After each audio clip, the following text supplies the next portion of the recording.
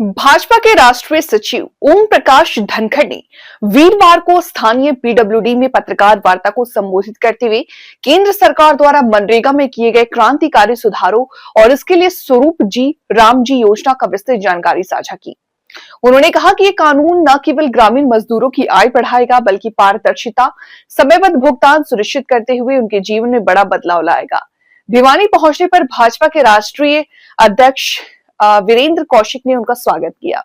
भाजपा राष्ट्रीय सचिव ओम प्रकाश धनखड़ ने बताया कि सरकार ने मजदूरों के हित में बड़ा फैसला लेते हुए रोजगार के दिनों को 100 से बढ़ाकर के 125 दिन कर दिया है। उन्होंने विशेष रूप से हरियाणा का जिक्र करते हुए कहा कि देश में सबसे अधिक दिहाड़ी हरियाणा वर्तमान में जी राम जी योजना के तहत देश में सबसे अधिक मानदेय देने वाला राज्य बन गया है। इसके बाद रोजगार के दिन बढ़ने से हरियाणा के प्रत्येक श्रमिक को सालाना लगभग 10,000 रुपए की अतिरिक्त आय होगी। नए कानून की सबसे बड़ी विशेषता पारदर्शिता और जवाबदेही है। धनखड़ ने स्पष्ट किया कि जी राम जी योजना के तहत काम पूरा होने के 15 दिन के भीतर पारिश्रमिक का भुगतान नहीं होता है तो उस राशि पर ब्याज दिया जाएगा। इसके साथ ही योजनाओं की निगरानी पीएम गति शक्ति फ्रेमवर्क के माध्यम से होगी, जिससे भ्रष्टाचार की गुंजाइश खत्म होगा। उन्होंने बताया कि कार्यों की जियो टैगिंग और रियल टाइमिंग मॉनिटरिंग से केवल वास्तविक कामगारों को ही लाभ मिलेगा। धनखड़ ने कहा कि किसानों और मजदूरों की मांग को ध्यान में रखते हुए फसल की कटाई बुआई के समय काम का दबाव नहीं रहेगा। योजना में 60 दिनों के अवकाश का प्रावधान किया गया है ताकि मजदूर खेती के समय अपने खेतों या अन्य किसानों के पास काम कर सके और अपनी अतिरिक्त आय सुनिश्चित कर सके। प्रेस का स्वागत है। बहुत ही पहले से मेरा ऐसा रिश्ता है इस प्रेस से भी, जो भी बात कहनी होती वो यहीं से शुरू होती थी। तो ताराचंद जी धर्मशाला में बुला लिया करते हैं, भगवती धर्मशाला में, वहां से शुरू करके यहाँ तो कभी कभार ही बैठते थे। आज का जो मुख्य विषय है, जिस विषय पर बात करने का दायित्व मुझे दिया है, भारत सरकार वीबीजी राम जी, ये जो पहले मनरेगा था उसमें सुधार करके और उसको नए स्वरूप में विकसित भारत ग्रामीण रोजगार आजीविका मिशन इन ब्रैकेट ग्रामीण, ये अभी नया इसका स्वरूप जो है बनाया है। मेरे जुम्मे लद्दाख, जम्मू कश्मीर, पंजाब, उत्तर प्रदेश, बिहार, तेलंगाना, लक्षद्वीप, ये राज्य इस काम में मेरे जुम्मे हैं कि जहां मुझे बातचीत करनी है। कल मैं परसों पंजाब में हूँ, 12 तारीख को हैदराबाद में हूँ, 13 को लखनऊ में हूँ। ये बहुत ही बड़ा सुधारात्मक कदम है। पहले 100 दिन रोजगार की गारंटी थी, अब 125 दिन रोजगार की गारंटी। हरियाणा उन राज्यों में से है जो सबसे ज्यादा मनरेगा की मजदूरी देता है, 400 रुपये। तो 100 दिन की रोजगार गारंटी में 40,000 रुपये मिलते थे, 125 दिन की रोजगार गारंटी में 50,000 रुपये मिले। पहले कई कई महीनों तक हमारे जो श्रमिक भाई थे, काम करते थे मनरेगा स्कीम के तहत, उनको उनकी जो मेहनताना है वो नहीं मिल पाता था। मैं भी पंचायत मंत्री रहा हूं, लेट हो जाता था, ग्रांट्स लेट होती थी। अब सरकार ने नए कानून में ये प्रोविजन दिया है, अगर 15 दिन से देरी हुई पैसे मिलने में तो ब्याज दिया जाएगा, कितने दिन की देरी होगी उतने दिन का। ये एक और सुधारात्मक कदम है। दूसरा, मैंने भी इस बात को महसूस किया था कि मनरेगा का कोई बहुत व्यवस्थित ढांचा नहीं बना हुआ था ऊपर से नीचे तक, क्योंकि जो उसके पैसे आते थे उसमें केवल 6% पैसा ही जो व्यवस्था पर खर्च हो सकता था। तो उसके कारण से जो देखने वाले कर्मचारी, उनकी वेतन, उनका सिस्टम, उनकी कोई बैठने की जगह आप देख रहे होगे कहीं भी व्यवस्थित नहीं। सीधा सीधा सरपंचों के और उसके साथ साथ जो है ये जो हमारे बीडीपीओ और ये ग्राम सचिव, इस पर आधारित ये स्कीम केवल। अब इसमें 9% व्यवस्था की गई है कि इसकी जो व्यवस्था है वो और बेटर की जा सके। फिर इसमें एक और अच्छा काम किया है, जो किसानों की भी शुरू से मांग थी और मजदूर भाइयों की भी शुरू से मांग थी, फसल के समय ये मनरेगा की ड्यूटी ना लगाई जाए। क्योंकि अगर वही ओवरलैपिंग वो चीज आ जाती थी तो वो फसल का काम नहीं कर पाता था। वो कहता था भाई मुझे तो मनरेगा वाली ड्यूटी पे जाना है, और उसको लगता था कि इसके मस्ट्रोल में से नाम कट गया तो आगे कहीं ये लिखने में दिक्कत ना हो जाए। इसलिए फसल के समय उसको कुछ ज्यादा आमदनी मिल सकती थी, वो उसको संकट होता था इस बात का। और किसान को इस बात की दिक्कत होती थी, यार मजदूर नहीं मिल रहा है, जिस समय जरूरत है उस समय जो है कटाई समय पे नहीं हो पा रही है, ढुलाई समय पे नहीं हो पा रही है। तो अब इसमें 60 दिन का अवकाश दे दिया, 2 बार 2 हिस्सों में अवकाश दे दिया। 3 फसल हो तो 3 हिस्से में भी बांट सकते हैं। एक फसल आएगी अभी अपनी रबी की फसल की बुआई बड़ी शानदार हुई है, शानदार सरसों खिली हुई है, गेहूं में फसलें ले ला रही हैं, गेहूं की, सरसों की सब। तो ये जब कटाई पे आएगी तो 1 महीने का समय, इसकी कढ़ाई के समय जो है वो मनरेगा का अवकाश रहेगा। जो भाई काम करना चाहते हैं किसानों के साथ खेती के काम के निपटान में, फसल के निपटान में, वो कर सकेंगे। मंडी में करना चाहते हैं मंडी में कर सकेंगे, जो खेतों में करना चाहते हैं गांव में खेतों में कर सकेंगे। इसी तरह से जब खरीफ की फसल आती है तो उस समय कर सकेंगे। तो ये भी एक बहुत अच्छी बात की गई। कुछ भाइयों को ऐतराज है कि इसका नाम, अब मुझे लगता है कि वीबी जी राम जी एक लक्षित, एक दिशा देने वाला नाम है। इसमें विकसित भारत का जो एक लक्ष्य है 2047 तक, वो इसमें ऐड हुआ है।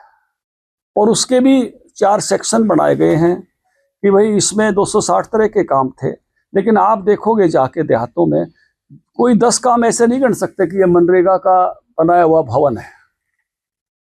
इनको सामान्यतः ऐसे काम किए जाते थे, टेम्परेरी टाइप के काम, मिट्टी टाइप के काम, जो हुए और खत्म हो गए। लेकिन अब इसके माध्यम से ऐसे परमानेंट काम कर सकेंगे। भी ये पानी निकासी का नाला मनरेगा से बना, बोर्ड लग सकेगा, उद्घाटन करना होगा तो वो भी हो सकेगा। ये जलवायु संरक्षण का काम मनरेगा से हुआ। ये आजीविका वाला काम, अब कोई मान लो चौपाल बननी है हरिजन भाइयों की, पिछड़े भाइयों की, उस पर भी काम कर सकेंगे। कोई विलेज इंफ्रास्ट्रक्चर, ग्रामीण ढांचागत विकास, ग्रामीण कोई रास्ता है जोहड़ तक जाने का, जो भी गांव के ढांचे को और बेटर करने वाले जो भी सिस्टम, खेतों के रास्ते हैं, ऐसे सब पर भी वो काम कर सकेंगे। तो एक नई दिशा उसको मिली है कि अब जो इंफ्रास्ट्रक्चर खड़ा होगा उसका प्रधानमंत्री गति एक निगरानी का ऐप है कि जिसमें देश का विकास तेजी के साथ हो। तो उसमें भी ये ऐड रहेगा कि कहाँ कौन सा काम हो रहा है। ऐसा नहीं हो कि कल वहां सड़क बनी थी आज पाइप के लिए खोद रहे हैं। प्रधानमंत्री गति जो ऐप है, प्रधानमंत्री गति जो सिस्टम है, वो एक दूसरे के विकास के काम को समग्रता देता है। नहीं तो हम कितनी बार देखते थे 15 दिन पहले सड़क बनी है, 15 दिन बाद उसको वो जो है पाइपलाइन बिछाने वाले पाड़ रहे हैं। अरे भाई क्या हुआ? बोला अभी तो बनी थी। बोला जी पाइपलाइन वो नए डलेंगे। तो उसके साथ भी इसको जोड़ा गया। नाम भी कोई पहली बार बदला है ऐसा नहीं है। 2009 में इसका नाम मनरेगा हुआ, महात्मा गांधी रोजगार मिशन के नाम से, रोजगार आजीविका मिशन के नाम से। पहले नरेगा था 2005 में, उससे पहले काम के बदले अनाज था, रोजगार गारंटी मिशन था, 1989 में नेहरू जी के नाम से भी था। तो ये कोई ऐसा नहीं है कि नाम पहली बार बदला गया है। कांग्रेस पार्टी को थोड़ा नाम से तकलीफ है, लेकिन गांधी जी तो खुद हे राम कह के गए हुए थे मरते समय। तो राम जी के नाम से तो कोई दिक्कत उनको होनी नहीं चाहिए। वो तो, और गांधी जी का तो इतना बड़ा नाम है कि भाई वो राष्ट्रपिता हैं या हमारे नोटों तक पर उनकी छवि है, तो कोई ऐसा विषय नहीं है कि उसके लिए कोई भावुक हो।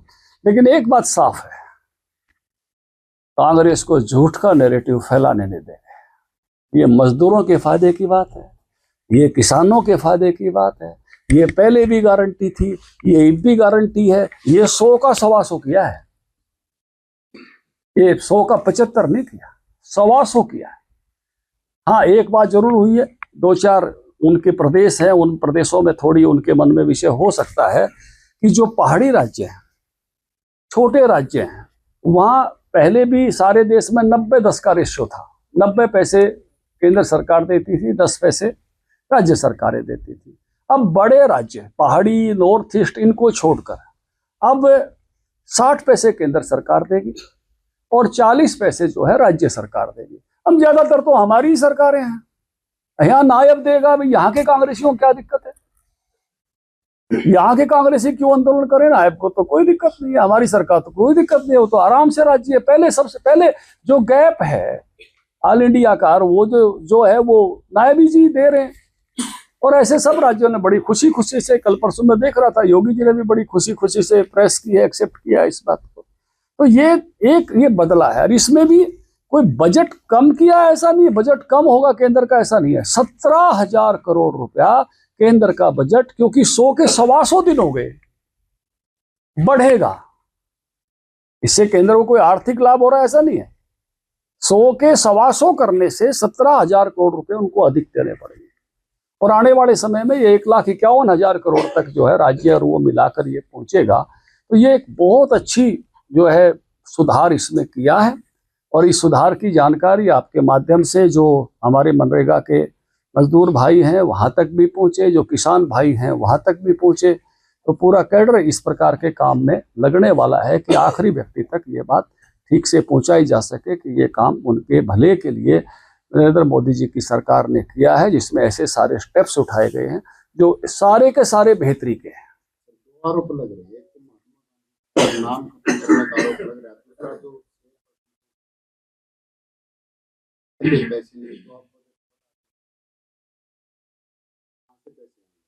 ऐसा है कि एक तो जैसे मैंने कहा कि महात्मा गांधी जी तो खुद राम भगत थे, रघुपति राजा और राजा राम। गांधी जी तो सबसे ज्यादा किसी को मानते थे तो राम को ही मानते थे।